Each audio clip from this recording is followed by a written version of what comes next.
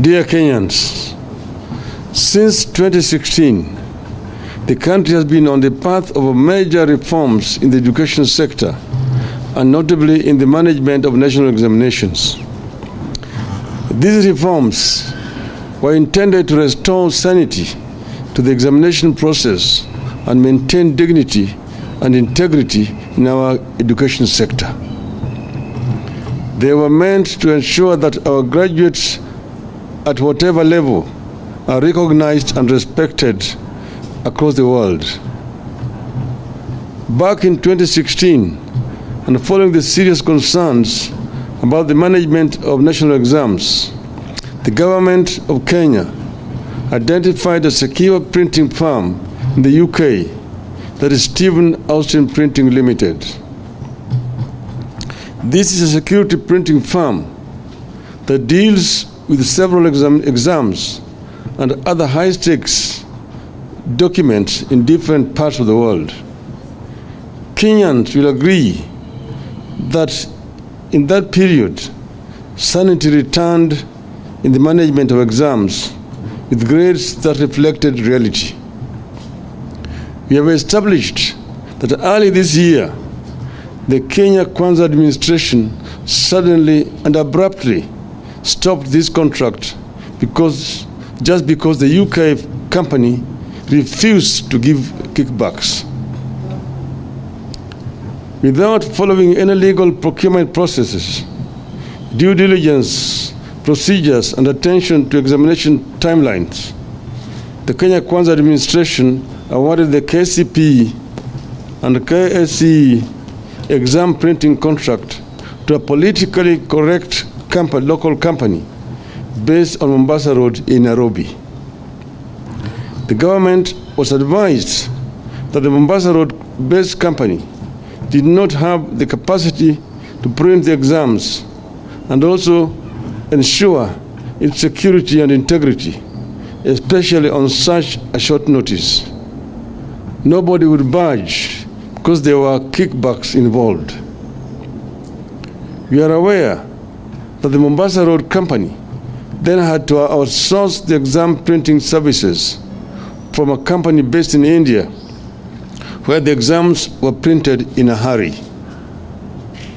We are also aware that the UK firm, whose contract was cancelled, declined to provide codes to the many layers of security that had been encrypted to safeguard the integrity of both KCPE and KCSE. We believe this process of sudden change of printer, hacking the exam system, and having them printed on a short notice are responsible for the disaster we have witnessed with respect to KCPE. The situation was worsened by the fact that in return for kickbacks, the procurement for relaying the results to the public using the short code 40054 was also taken away from the regional provider and awarded on short notice and corruptly to a company that does not have the capacity to handle the same. This led to the mess where the results received expensively using the short code was different from the one on the Kenya National Examination Council portal and sent to schools. It led to what NEC has called misalignment of marks and grades. Grades in science and social studies, as well as religious studies, were truncated. The route saw the KCPE candidates get graded for subjects they never set for. It saw an entire class score same grades in science in one school. The system deployed could not produce the plus and minus signs. What a shame. Consequently, for the first time in our country, some children are in court seeking to establish their true grades, while the Education Ministry is admitting students to Form 1, including those still challenging the marks they were awarded. This impunity and corruption that is messing up the future of our young children is sanctioned from the highest offices in the land. We can today disclose that the mess in KCPE started as a tender war pitting various senior officials in the Ministry of Education against each other before eventually being taken over by an official much higher up in government. The hunt for quick money has now taken the Kenya Kwanza entrepreneurs from petroleum products and edible oils to exams. It has messed up the 2023 KCPE and will likely find its way into KCSE, whose marking is currently underway in a tense and uncertain environment. Over the decades, Kenya has had a reputation of a credible and trustworthy education system that culminates in very rigorous, fiercely competitive, but eventually credible examinations and certificates. Today, this respect for our education, in particular our exams, is under serious threat. Kenyans are very much alive to the challenges that have been facing the integrity of our exams in recent years. That is why our young people joke darkly whether their colleagues have Professor Jacob Kaimenyis, Dr. Fred Matiangis, or Professor George Magoha's exam grades. Today, the young people are struggling with the value of Mr. Ezekiel Machogu's grades. In view of the fact in our possession, we have today taken an unprecedented step and written to key education stakeholders for a partnership to secure and defend the integrity of the Kenyan exams and the certification that accrues from it. We have taken these steps out of a firm belief that once we allow education and exam systems to be caught up in tender wars, then we have no country to talk about. It is a universally accepted principle that the collapse of education system is the collapse of a nation. We believe that evaluating the integrity of our exams and certificates presents an existential threat to our country, and we have to close ranks and deal with it dispassionately and professionally.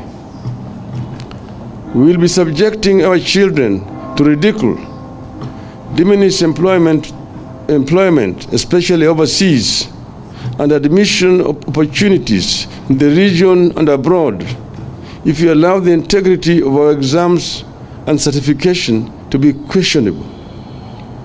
And the truth is that these are getting questioned.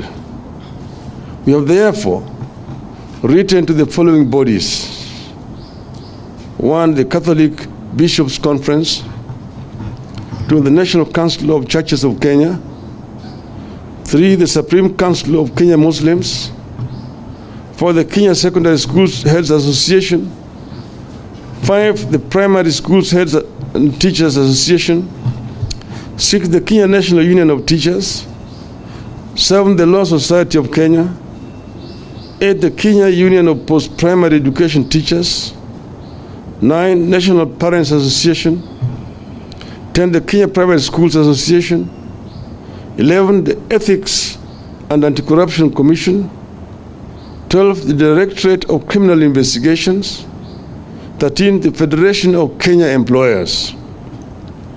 We know the role of churches and other religious organizations in the education sector since the beginning of last century. We know how much efforts teachers put into ensuring they mold young people into successful products that they can be proud of. The education sector does not belong to the government of the day. Integrity of the education sector is for all Kenyans. We believe that as a country, and for the sake of our children, we can do better than this greed beyond measure. Virtually every home had a candidate or knew a candidate among those who said KCPE and KCSE. KCPE alone had close to 1.4 million candidates. The steps outlined below are critical. 1. The circumstances under which the printing of the exams was transferred from the UK to Mombasa Road must be investigated. 2. Kenyans must be told how the integrity of the exams was secured during the transfer from the UK to Mombasa Road and later to another printer in Asia. 3. It is the right of Kenyans to know the cost of termination of the contract with the UK firm. 4. Kenyans must be informed of how the Mombasa Road firm was identified and awarded the tender and if procurement laws were followed. 5. Kenyans must also be informed of how the firm to relay KCPE results was identified, whether it is the same one that will relay the KCSE results and whether procurement laws were adhered to. Going by the fate of Auditor General Margaret Nyakango, we believe political interference will not allow EACC and DCI to deal with this matter, but to put this issue to the agencies as a matter of public record. And the warning must go out there that in another era, all will be held accountable, including these criminals. It is our position that the stakeholders together, headed by the Catholic Church or any other group that stakeholders can agree on, and get to the bottom of the mess building up in our exam management. There must be no room for favoritism in conduct and marking of exams, where some schools and students are allowed to cheat and get away with it, as happened in last year's KCSE and this year's KCPE. Sanity, integrity, and dignity must return to exams. The buck stops with His Excellency, Mr. William Ruto. It is our firm belief that mega corruption in billions cannot happen without the complicity of the top. Whether it is 17 billion shilling in oils or billions involved in the poisonous cooking oil, we know the dynamics of how government operates. The CS, the PS are small fries. The buck stops with Mr. Ruto. End of statement.